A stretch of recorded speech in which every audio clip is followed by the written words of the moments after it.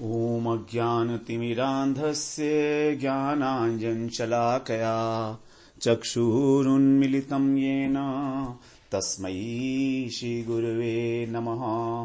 वन्देऽहं श्रीगुरो श्रीयुत्पदकमलं श्रीगुरून् वैष्णवांश्च श्रीरूपं साग्रजातं सहगण रघुनाथान्वितं तं सजीवं साद्वैतं सावधूतं परिजन सहितं कृष्ण चैतन्य देवं श्री राधा कृष्ण पादान् सहगण ललिता श्री विशाखान्वितांश्च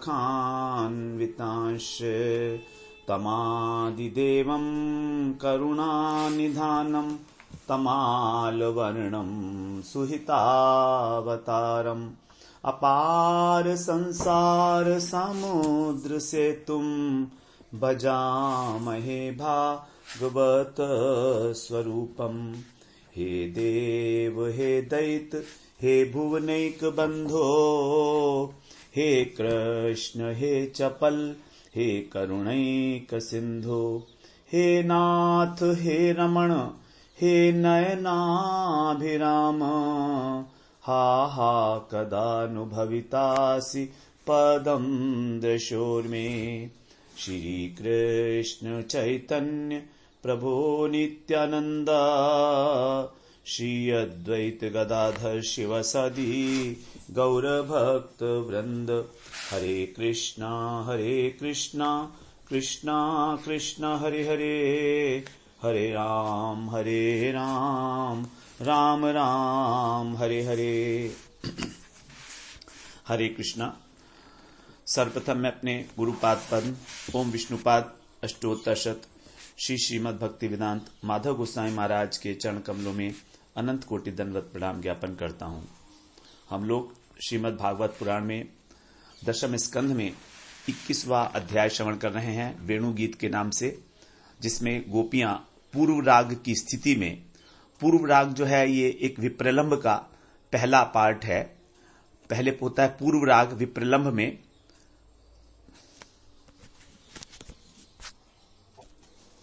तो विप्रलंब 4 प्रकार का है। विप्रलंब का अर्थ है वियोग।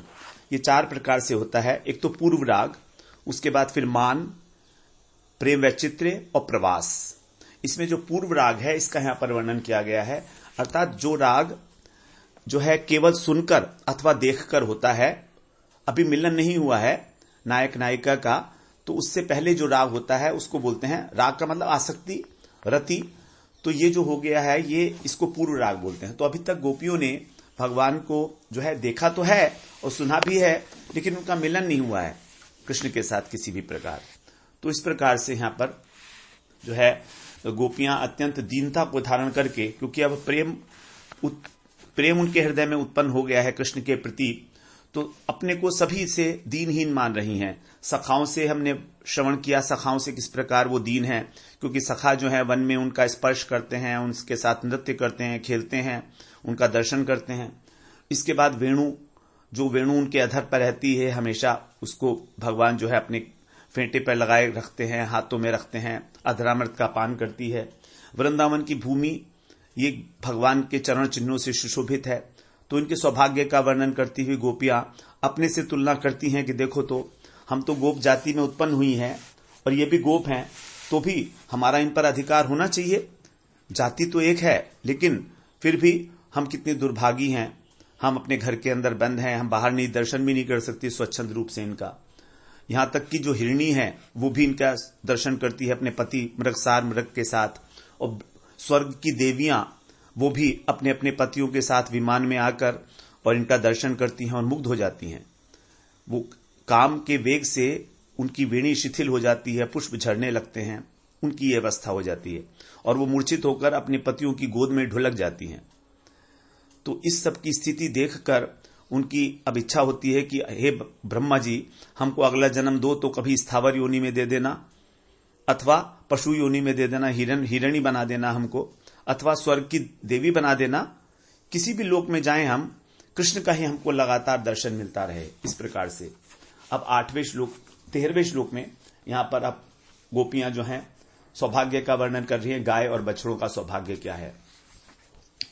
तो कह रही हैं, गावश्य कृष्ण मुख निर्गत वेणु गीत पीयूष मुत्तभित कर्ण पुटये पिबन्त्य शावास्नुतस्तनपयः कवलास्मतस्थुर गोविन्दमात्मनि दृशाश्रुकला स्पृशन्त्यः।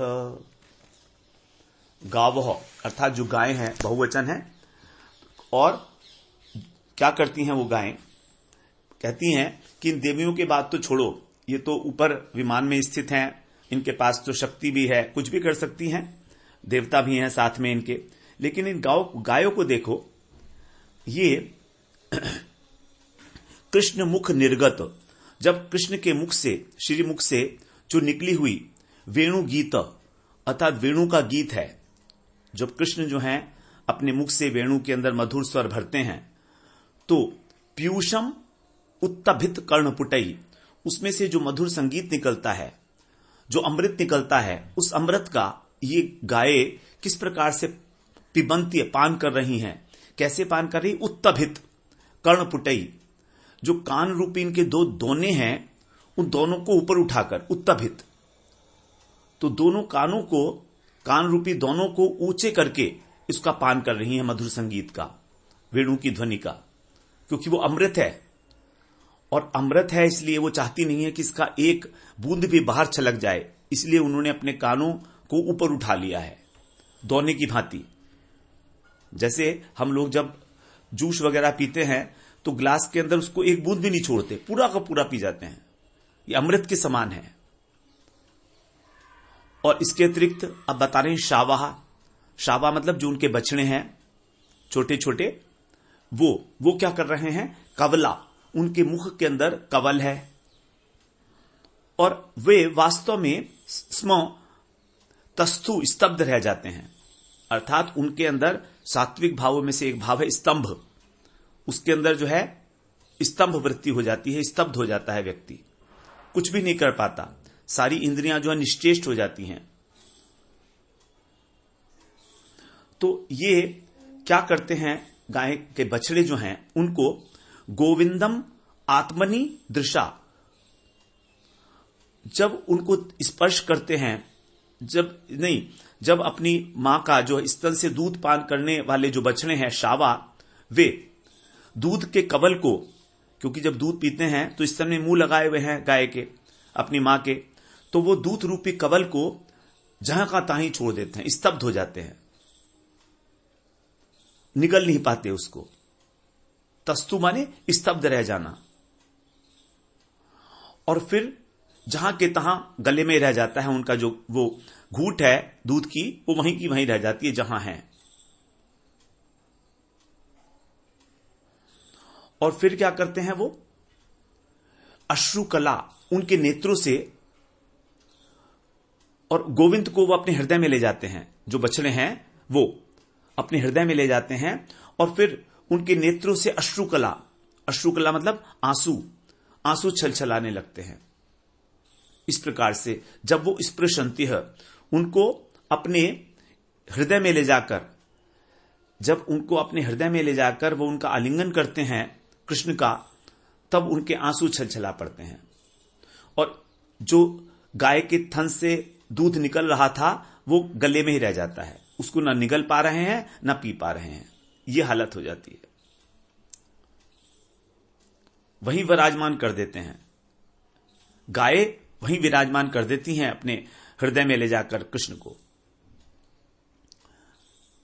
तो इस प्रकार से गाय के लिए कहा गया और उसके बछड़ों के लिए कहा गया, दोनों ही जो हैं भगवान का आलिंगन करते हैं अपने हृदय में ले जाकर उनको, और उनके शरीर के अंदर रोमांच और कंप इत्यादि उदित हो जाता है। तो यहां पर जो गोपियां हैं वो अपने भाव नेत्रों से, कृष्ण जब सखाओं के साथ गोचारण कर रहे हैं, एक वन से दूसरे वन में प्रवेश करते हैं, तो वो स्पष्ट रूप से अपने ही कानों के द्वारा उस वेणुनाद को श्रवण भी कर रही हैं। कृष्ण को देखने के साथ साथ उनको सुनाई भी दे रहा है वो वेणुनाद। कृष्ण का अंग प्रत्यंग, उनका चलना फिरना, हंसना बोलना, सब कुछ गोपियों के लिए कर्ण और नेत्रों के लिए उत्सव के समान है। ऐसे वेणुनाद को सुनकर वे सब कुछ, अपना धैर्य, लज्जा, गंभीरता सबको छोड़कर अपनी सखियों के समाज में और अपने ही मनोभावों को व्यक्त करना नहीं चाहती हैं अविथा भाव से, क्योंकि उससे प्रकट हो जाएगा कि हम कृष्ण के अंदर एकांतिक भक्ति करती हैं, एकांतिक प्रेम करती हैं। करना नहीं चाहती, लेकिन रोक नहीं पा रही हैं अपने को, क्योंकि उनका रोम रोम जो है कृष्ण प्रेम से भरा हुआ है। इसी भाव को कहा गया अविथा भाव, कि अपने भावों को रोकने की चेष्टा करना, छिपाने की चेष्टा करना, लेकिन भाव हैं वो किसी ना किसी रूप में तो प्रकट हो ही जाएंगे। और फिर जब प्रकट हो जाते हैं तो बड़ी लज्जा आती है, फिर दोबारा से उसको छिपाने की चेष्टा करती हैं। तो अब विमानों में जब विचरण करती हुई देवियों के विषय में उन्होंने देखा, सुना, कहा, तो उनका हृदय थोड़ा सा खुल गया, क्योंकि उन्होंने देवियों के लिए एक शब्द का प्रयोग किया था, स्मरणानुसारा, अर्थात वो काम वेग से मूर्छित हो गई। तो अब यहां पर जब उनके मुख से देवियों के काम का विवरण निकल गया, तो अब जो है गोपियां थोड़ी सी खुल गईं, और जो गायें हैं और उनके जो 2-4 दिन के बछड़े हैं, उनके अंदर कृष्ण प्रेम की जो है धारणा करके अपने मन के भावों को आवृत करने की चेष्टा कर रही हैं। तो यहां पर गाय और बछड़े कृष्ण का आलिंगन करते हो या ना करते हो ये तो मालूम नहीं, लेकिन गोपियां अवश्यमेव कृष्ण का आलिंगन करके उनके नेत्र छलछला आए हैं। अपनी ही कंडीशन जो है वो गाय और बछड़ों के माध्यम से व्यक्त कर रही हैं।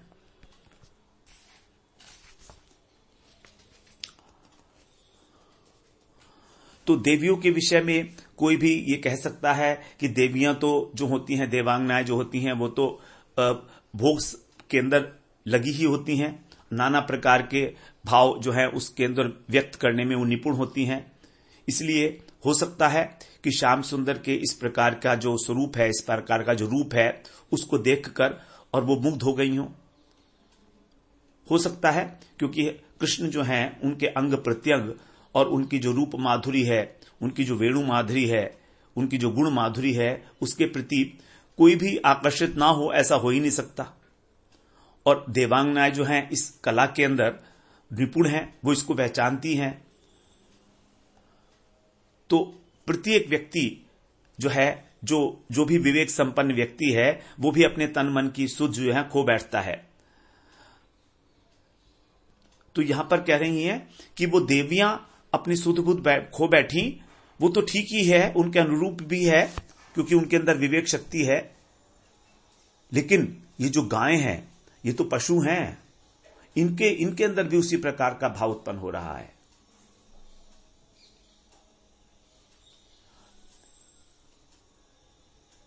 तो कहती हैं कि कृष्ण जो गोचारण करने जाते हैं सखाओं के लिए, वो तो केवल बहाना है एक बार उनके लिए, क्रीड़ा कौतुक है।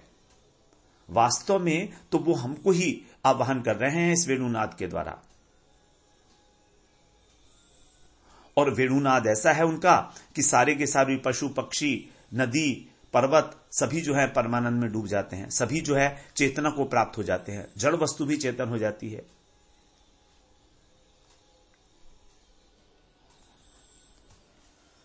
तो और गाय जो हैं, ये जैसे ही वेणुनाद सुनती हैं, चुपचाप जो है घास चल रही थी, लेकिन अचानक घास को छोड़ देंगी, मुंह को ऊपर उठा लेंगी और कानों को खड़ी करके उधर की ओर ही मोड़ लेती हैं जहां से वेणुनाद आ रहा है, और फिर चुपचाप खड़ी हो जाती है कठपुतली की भांति, बिना किसी स्पंदन के, बिना किसी चेष्टा के। और कानों को उठाती इसलिए हैं कि कहीं वो जो वेणुनाद की अमृत धारा बाहर ना निकल जाए। तो ये गायों के जो कान हैं, ये कान नहीं है, ये दोने की भांति हैं। तो दोनों कानों से छक छक कर उस वेणुनाद का पान कर रही हैं, पी रही हैं उसको।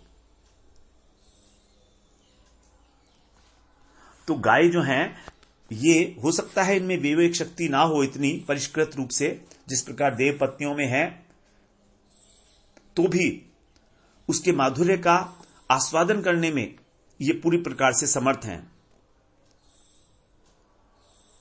तो वेणु ध्वनि इस प्रकार की है कि वो अपने माधुर्य का प्रकाशन जड़ प्राणियों के निकट भी कर देती है। जड़ प्राणियों की तो बात क्या, उससे तो जो है नहीं, जड़ प्राणी नहीं, स्थावर प्राणी, पशु पक्षी तिर्यक योनि है, तो तिर्यक योनि की तो बात क्या, वो तो जो आच्छादित चेतन के रूप में स्थावर है और अथवा जड़ है। नदी को जड़ कहा जाता है, नदी जड़ होती है। पर्वत जो है वो चेतन है और नदी जड़ है। वृक्ष चेतन है, आच्छादित चेतन है। तो जड़ और स्थावर ये भी प्रभावित हुए बिना नहीं रह पाते उससे। यद्यपि वो उसकी तान को समझ नहीं सकती, कौन सी लय में गा रहे हैं भगवान, कौन सा उनने सुर लगाया है, ये सब इतनी टेक्निकल डिटेल्स नहीं जानती हैं गायें, लेकिन माधुर्य का आस्वादन तो कर ही रही है ना, आनंद तो हो ही रहा है। अपनी तन मन की सुध तो खो ही बैठी, क्योंकि गाय कृष्ण को बहुत प्रेम करती हैं। बचपन से ही जो है कृष्ण बछड़ों को चराए हैं और वही बछड़े बड़े होकर गाय बन गए हैं। अपने हाथों से उनको नहलाते थे, पुचकारते थे, सहलाते थे। तो बड़े होने पर भी वो जो बछड़े हैं जो अब गाय बन गए हैं, वो किसी और के साथ चराने के लिए जाना पसंद नहीं करते हैं। अब वो कृष्ण को ही चाहते हैं। इसीलिए नंद बाबा ने कृष्ण को जो है गौचारण की आज्ञा दे दी थी कि भाई जो बछड़े बड़े हो गए हैं वो अब कोई और तो चरा नहीं पा रहा है उनको, ठीक है अब तुम भी बड़े हो गए हो, तुम ही चरा लो। तो इसीलिए बचपन से कृष्ण को गाय बहुत प्यारी हैं और गाय कृष्ण को बहुत अधिक प्यार करती हैं। विवेकहीन होने पर भी वो इस वेणुनाद के माधुर्य को समझती हैं और आनंद में उसकी सारी चेष्टाएं जो हैं स्थगित हो जाती हैं, ठगी सी रह जाती है। अब यदि केवल गाय हो, चलो ठीक है, ये तो प्रेम करती हैं, लेकिन उनके बछड़ों का क्या, वो तो अभी 3-4 दिन के हुए हैं। तो कहती है सखी देख तो सही, इन बछड़ों की ओर तो देख, ये तो अभी मात्र 3-4 दिन के हैं। ये तो गाय के थन के अतिरिक्त इनका किसी वस्तु से परिचय नहीं है अभी तक। ये भी किस प्रकार जो है वेणुनाद सुनकर बेसुध हो गए हैं।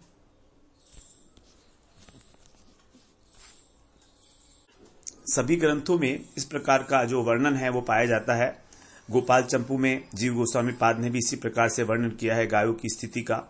हरेर वक्त्रम वेणु ध्वनि मिमिषतया वर्षति सुधाम पिबत्येताम गव्या यदनुरसना कर्ण युगलम आहासीत प्रस्तब्धा निज विषय मन्या तुरसना किम एतत् किम नैतत् भवति किमि वही तत् किमिति वा।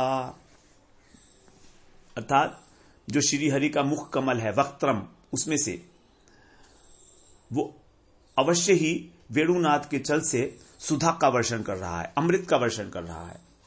भगवान के जो मुख है उसके अंदर से वेणुनाद, अधर वेणु के थ्रू जो ध्वनि निकलती है वो उसको कहा गया अमृत। वो निश्चित रूप से भगवान का जो मुख कमल है वो अमृत का वर्षण कर रहा है सबके ऊपर। गाय बछड़े वो अपने दोनों कानों को उठाकर मानो से जीवा बनाकर उस सुधा का पान कर रहे हैं और पूर्णतया उनका जो पूरा शरीर है वो स्तब्ध हो जाता है। तो यही वेणुनाद लहरी जब गायों के कर्ण विवर में प्रवेश करती है तो उनके हृदय में भी एक हृदय में उनके एक जो प्रेम का विकास होता है, भाव का विकास होता है, उनका हृदय द्रवित हो जाता है और उनकी स्तन से बड़े प्रबल वेग से दुग्ध धारा क्षरित होने लगती है।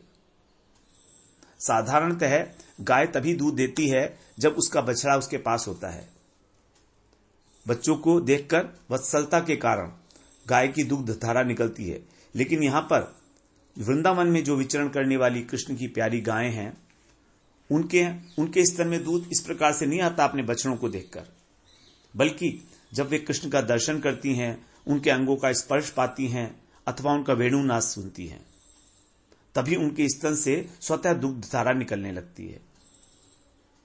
और जो बछड़े हैं वो स्वाभाविक रूप से गाय का जो थन है वो चूसते तो हैं, लेकिन जब तक गाय वेणुनाद नहीं सुनती तब तक उसमें दूध ही नहीं आता। और जैसे ही कृष्ण को देखती है गाय, स्पर्श करती है अथवा सुनती है, तो दूध जो है स्वतः ही स्वाभाविक बिना बछड़ों के बछड़ों की इच्छा के ही उसमें से स्वतः ही दूध निकलने लगता है। तो ऐसे दूध को जब बछड़े अपने मुंह में लेने की चेष्टा करते हैं तो गाय के साथ साथ बछड़े भी जो है कृष्ण के वेणुनाद को सुन रहे हैं, तो उनकी भी अवस्था इस प्रकार की हो जाती है कि दूध उनके मुंह में चला तो गया लेकिन निगल नहीं पा रहे हैं उसको। स्तब्ध हो गई उनकी सारी वृत्तियां शरीर की, आनंद से इतने भर गए कि विवश हो गए। और फिर क्या होता है, उनके मुख से जब गले से नहीं निकलता दूध, तो मुंह से गले से नहीं निकलने के कारण उनके कपोल से होते हुए और जमीन पर गिरने लगता है। आनंद वृंदावन चप्पू में भी इसी प्रकार से कहा गया है, अर्धावलीड्य वंसा कुरुशोभिदंता सोत्कंठमुन्नमिषित नेत्र मुदीर्ण कर्णम चित्रार्पिता इव पतन्तमिवामृतौघम वेणुध्वनिम श्रुतिपुटे गमयन्ति गावः। कह रहे गाय जो है बड़ी उत्कंठा पूर्वक अपने नेत्रों को मूंद लेती हैं, कानों को ऊपर उठाती हैं और कठपुतली की भांति निश्चेष्ट हो जाती हैं। इस प्रकार वो वेणु से निकली जो नाद रूपी अमृत है उसको कर्णपुटों से पान करती हैं। उनके मुख में जो अर्धचर्वित हरी घास के जो कवल थे वो वैसे के वैसे भरे रहते हैं, क्योंकि गाय वगैरह जो होती हैं वो बैठकर जुगाली करती है ना, तो जो उन्होंने पहले खाया है घास फूस वो उनके मुंह में रहता है। तो अब असमय में जब वो इस सुधारस का पान कर रही हैं, तब जो भी उनके मुंह में रह गया है वो चर्वित तृण कवल, वो उसको निगलना भूल जाती हैं, वहीं का वहीं रह जाता है वो। और बछड़ों के संबंध में भी यही बात बताई गई है, बछड़ों की भी यही हालत है कि वो दूध पीना भूल जाते हैं, तो अपने मुख को थन से हटा भी नहीं सकते, और जो पहले उन्होंने लिया था थोड़ा सा दूध वो उसको नीचे नहीं ले आ सकते हैं। इसीलिए जो दूध क्षरित हो रहा है गाय से, वो सारा का सारा पृथ्वी पी रही है। तो इस प्रकार गाय और बछड़े वेणुध्वनि को सुनकर जो है आत्मविस्मृत हो गए, और प्रथम दर्शन करके इस प्रकार से ब्रजेंद्र नंदन के अनुपम रूप माधुरी का आनंद अश्रु से उनकी आंखें भर जाती हैं। सामने ब्रजेंद्र नंदन खड़े हैं तो भी नहीं देख पाते, इसीलिए केवल अपने कानों से ही जो है वेणुनाथ का पान करते हैं, रसास्वादन करते हैं।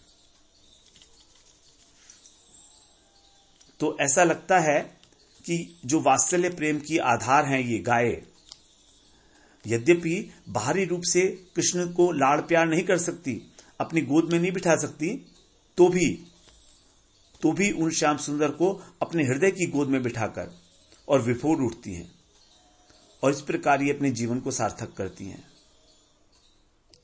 इस प्रकार गोपियां जिससे भी कृष्ण का संबंध देखती हैं उसे ही परम सौभाग्यशाली समझने लगती हैं, और साथ ही साथ उनको दीनतावश अपने प्रति ग्लानि का अनुभव होने लगता है।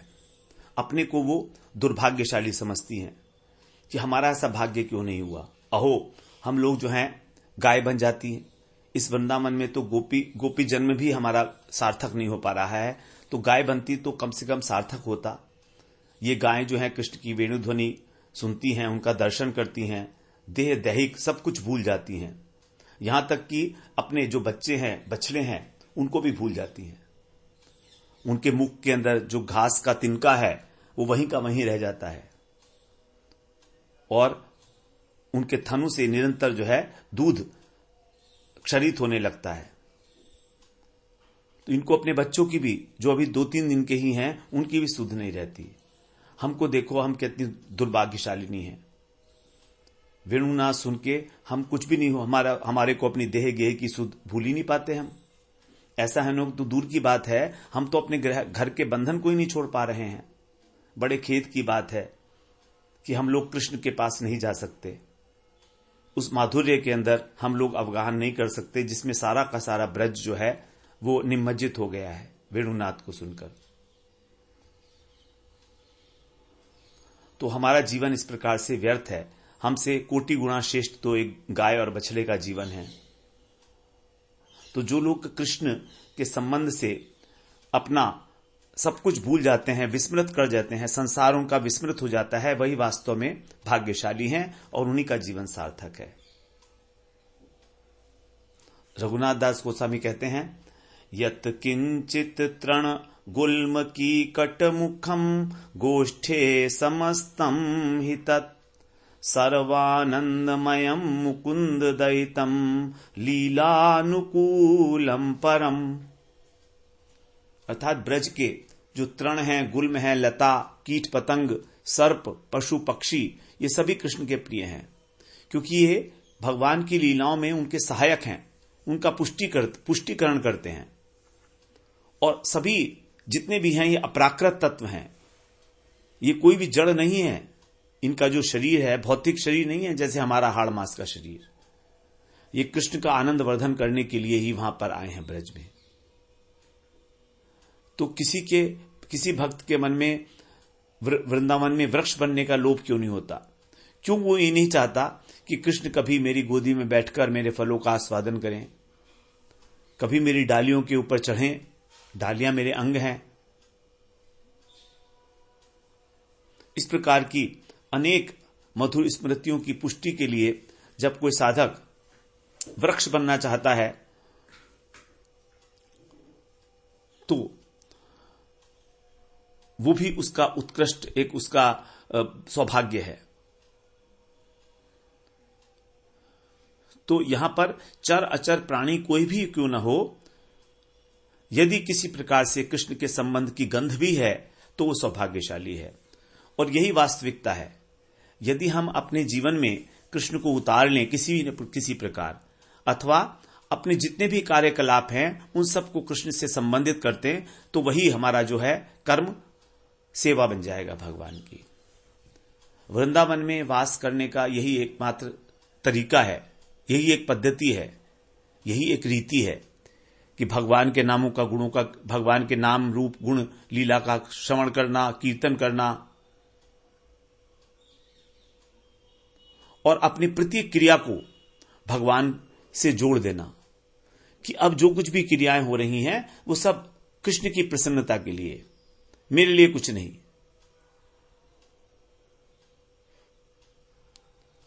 और दूसरी बात, जितने प्रकार का कुसंग है उसको छोड़ना पड़ेगा, क्योंकि हमारा जो कुसंग है वो हमारा एक पल में ही नाश करने के लिए तैयार है।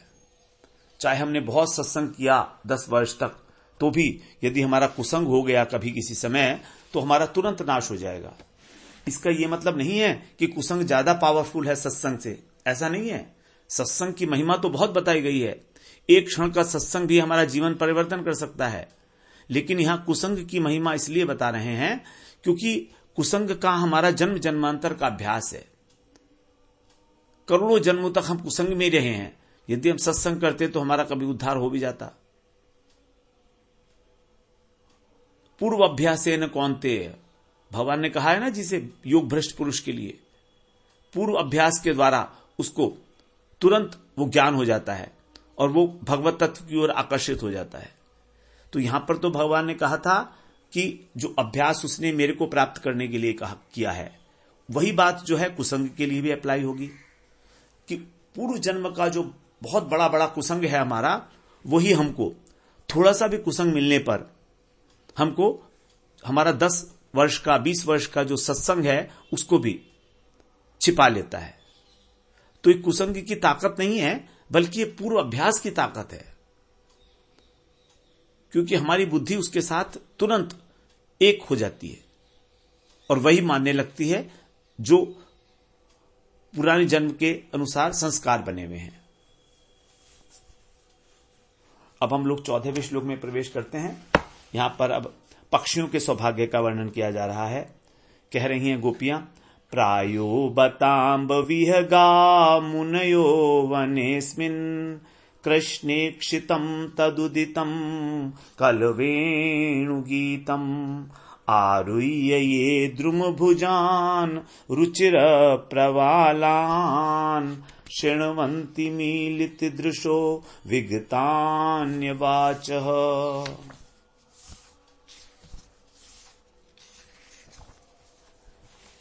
प्रायो माने अधिकांश रूप से, बत माने ये निश्चित सी बात है। क्या है कि हो अम्ब, अम्ब का मतलब है ओ मेरी मैया। अम्ब जो होती है मैया को कहा जाता है। तो बड़े आश्चर्य से कह रही हैं, अरे मैया देखो तो ये गाय बछड़े तो घर के हैं, ये तो हमेशा कृष्ण के साथ रहे हैं, इसलिए इनको प्रेम है कृष्ण से। ठीक है, लेकिन जरा इनकी ओर देखो, ये जो विहग हैं, जो खग हैं, खग का मतलब है जो खौ माने आकाश, आकाश में गमन करने के कारण पक्षियों को खग कहा जाता है। तो जो वृंदावन के पक्षी हैं इनको तो देखो, हम लोग इनको पक्षी कह रहे हैं, ये बहुत गलत बात है। ये पक्षी नहीं है, ये साधारण नहीं है।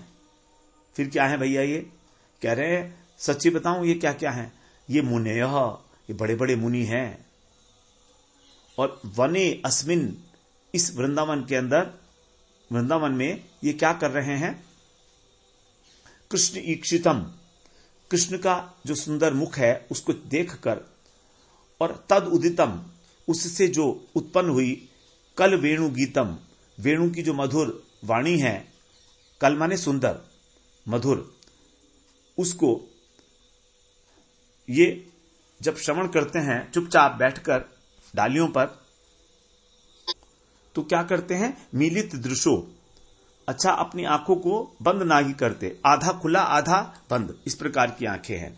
जैसे मुनियों की आंखें होती है ना, जब वो समाधि लगाते हैं, ध्यान लगाते हैं, तो अर्ध निमिलित।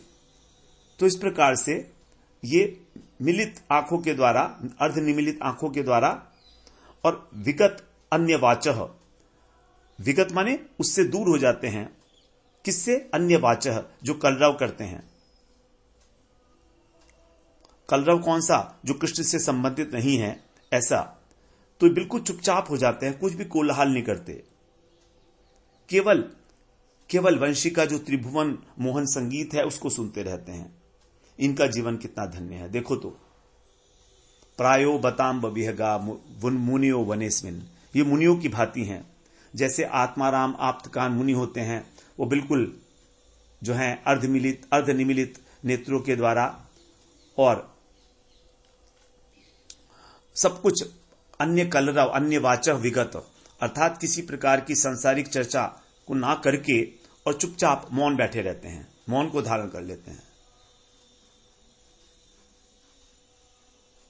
भगवान की जो वेणु गीत है, कल वेणु गीतम आरुह्य, आरुह्य का मतलब जिसके अंदर जो है आरोह और अवरोह स्वर से जो उमड़ती है, ऐसे। और ये कहां पर बैठे हैं? दुर्म भुजान, अर्थात जो कृष्ण रूपी वृक्ष है उसकी भुजाओं पर, अर्थात डालियों पर, जहां पर मनोहर रुचिर प्रवालान, जहां पर मनोहर लताएं हैं, बेलियां हैं। तो यही जो है भागवत रूपी डाली है, वृक्ष की डाली है भागवत रूपी। तो जब भागवत का श्रवण करते हैं तो अन्य सभी वार्ताओं को स्थगित करके इस संसार की और कथा का पान ऐसा करते हैं, आंख बंद करके। मुनि लोग बिल्कुल कलरव बंद कर देते हैं। तो हमारा इतना सौभाग्य कहां कि हम उस मधुर वेणुनाद को सुन सके। तो इस प्रकार जो गाय हैं और उनके सद्योजात बछड़े हैं, उनके अंदर जो आनंद का आवेश उत्पन्न हो रहा था वेणुनाद सुनकर, उसको कहते कहते कि उन्होंने अपनी देह की स्मृति भूल गई, तो यहां पर गोपियां भी अपने देह की स्मृति भूल गई भावावेश के अंदर। उनको भी होश नहीं रहा कि वो क्या कह रही हैं। जब थोड़ी देर बाद उनका आवेश शांत हुआ तो बड़ा गहरा श्वास लिया और कहती हैं, सखी इन गाय बछड़ों के सौभाग्य की क्या बात कहूं। उनका तो नंदन स्वयं पालन करते हैं, अपने कोमल हाथों से उनका अंगमार्जन करते हैं, हरे हरे उनको घास के तिनके खिलाते हैं और उनको गले में बाहें डालकर लोरी सुनाते हैं। न जाने कितना प्यार दुलार करते हैं, इसलिए वे भी कृष्ण से प्यार करती हैं। लेकिन हो अम्ब, अर्थात हो मैयारी। देखो तो इन वृंदावन के पक्षियों का क्या व्यवहार है, उनका क्या आचरण है। यदि हम इसको देखेंगी तो हमारे विस्मय का पार नहीं रहेगा। तो यहां पर गोपियों के द्वारा अंब कहना जो है, मैयारी कहना, ये एक मात्र संबोधन जो भाव में आविष्ट हो जाती हैं जब महिलाएं, तो उनका स्वभाव होते हैं, इसीलिए वो मैयारी कहती हैं जब बहुत भाव होता है उनका। और यहां पर तो उनको हर्ष हो रहा है, विस्मय हो रहा है, तभी बत शब्द कहा। बत का मतलब है आश्चर्य, अपना आश्चर्य हो रहा है उनको देखकर। तो बड़ा मधुर संबोधन है ये मैयारी अर्थात अंब। तो श्री कृष्ण भागवत के अंदर अनेक स्थानों पर इस प्रकार का जो है वार्तालाप आया है। तो यहां पर एक जो भाववती महाभाववती गोपी है, वो दूसरी सखी से इस प्रकार से कह रही है। वृंदावन के पक्षियों की चर्चा, उनकी तुलना कर रही है आत्माराम और आप्तकाम मुनियों से। क्योंकि जब आत्माराम आप्तकाम जो मुनि लोग होते हैं, ध्यानी होते हैं, वे सभी प्रकार के नृत्य गीत से विमुख होते हैं, वीतरागी हैं। केवल जो एकमात्र भावुक रसिक भक्त हैं वही कृष्ण का दर्शन स्मरण करके नृत्य गीत इत्यादि करते हैं। तो ये मयूर, कोयल इत्यादि पक्षी हैं, इनको देखकर ऐसा लगता है कि भक्त हैं, ये जो है ज्ञानी मुनि नहीं है। ज्ञानी मुनि जो होते हैं वो तो बड़ा, उनके हृदय के अंदर तो कोई सरसता होती नहीं है। तो यहां पर ये लोग जो हैं, ये मुनियों के धर्म का अवलंबन कर रहे हैं, इस प्रकार से खो गए हैं। जैसे कि मौन धारण करके मुनि जो है चुपचाप समाधि में बैठते हैं, उसी प्रकार।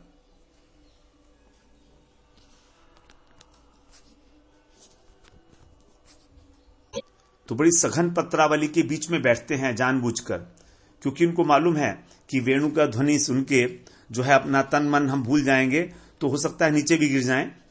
उसी प्रकार से जैसे कि मुनिगण जो हैं कुटियों के अंदर निर्जन निवास करते हैं वहां पर, और चुपचाप बैठकर जो है, उसी प्रकार से बिल्कुल ये भी चुपचाप बैठकर अकेले में ही कृष्ण की जो वेणु की स्वर लहरियां हैं उसको अपने कर्णपुटों से पान करके परमानंद में विभोर है।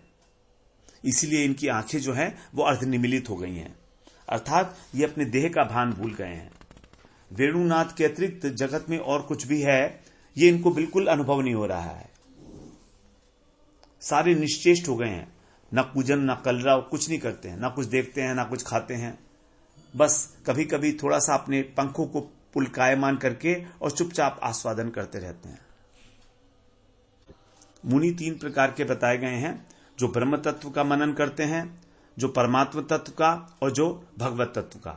तो भगवत तत्व का मनन करने वाले मुनि जो वो भी 2 प्रकार के हैं, एक तो ऐश्वर्य परक और दूसरे हैं माधुर्य परक। ऐश्वर्य परक के अंदर आ जाएंगे हमारे चतुसन इत्यादि। तो प्रारंभ में ये जो है ब्रह्मवादी थे, लेकिन जब ब्रह्मा जी की इनको कृपा हुई तो फिर ये ऐश्वर्य परक भक्त के रूप में जो है प्रसिद्ध हो गए। सुखदेव गोस्वामी भी जो हैं अब वे व्यास जी की कृपा से माधुर्य परक मननशील मुनि के रूप में प्रसिद्ध होते हैं। तो इस प्रकार से जो ब्रह्मवादी मुनि हैं और जो भक्त मुनि हैं, उनमें जमीन आसमान का अंतर होता है। और जो सौबरी ऋषि हैं उनके लिए कहा गया है वो परमात्मा तत्व का चिंतन करते हैं। तो ये दोनों ब्रह्म और परमात्मा तत्व का चिंतन करने वाले, इनका लक्ष्य होता है मुक्ति। जब इस प्रकार के मुनि शुद्ध भक्तों का संग करते हैं तब उनकी जो मुक्ति की स्पृहा जो है दूर हो जाती है और फिर भक्त बन जाते हैं। लेकिन यहां पर जो वृंदावन के पक्षी हैं वो ना तो ब्रह्म का चिंतन करते हैं ना परमात्मा का, ये तो भगवत चिंतन करते हैं। भगवत चिंतन करने वाले मुनियों के समान है, जो भगवान के गुणों का श्रवण करके और उसमें डूब जाते हैं, उनका दर्शन करके उस माधुर्य के अंदर डूब जाते हैं। तो यहां पर गोपियां ये संशय करती हैं कि मुनि ही लोग तो पक्षी का शरीर धारण करके नहीं बैठ गए हैं यहां पर शाखाओं पर आकर। पक्षी मुनि धर्म का आचरण कर रहे हैं या मुनि ही पक्षी बनकर आकर बैठ गए हैं, दोनों बातों में से कुछ भी ठीक हो सकता है यहां पर। इस प्रकार से यहां पर मुनियों के माध्यम से जो है उन्होंने मुनियों के उस पक्षियों का सौभाग्य उसका वर्णन किया और अपने को अत्यंत दीनता का अनुभव कर रही हैं। सोचती हैं कि जिस प्रकार ये पक्षी बाह्य ज्ञान शून्य हैं, निश्चेष्ट हैं, उसी प्रकार की जो है प्रेम विवशता हमारे अंतःकरण में भी जागृत हो जाए तो हम धन्य हो जाएंगे। इसी के लिए प्रार्थना करती हैं मन ही मन कि अगले जन्म में हमको इन पक्षियों के बीच में जन्म दिला देना विधाता, जिससे कि हम बिना विघ्न के स्वच्छंदता पूर्वक उड़कर कृष्ण के समीप जाकर उनकी रूप माधुरी, वेणु माधुरी का पान कर पाएंगे।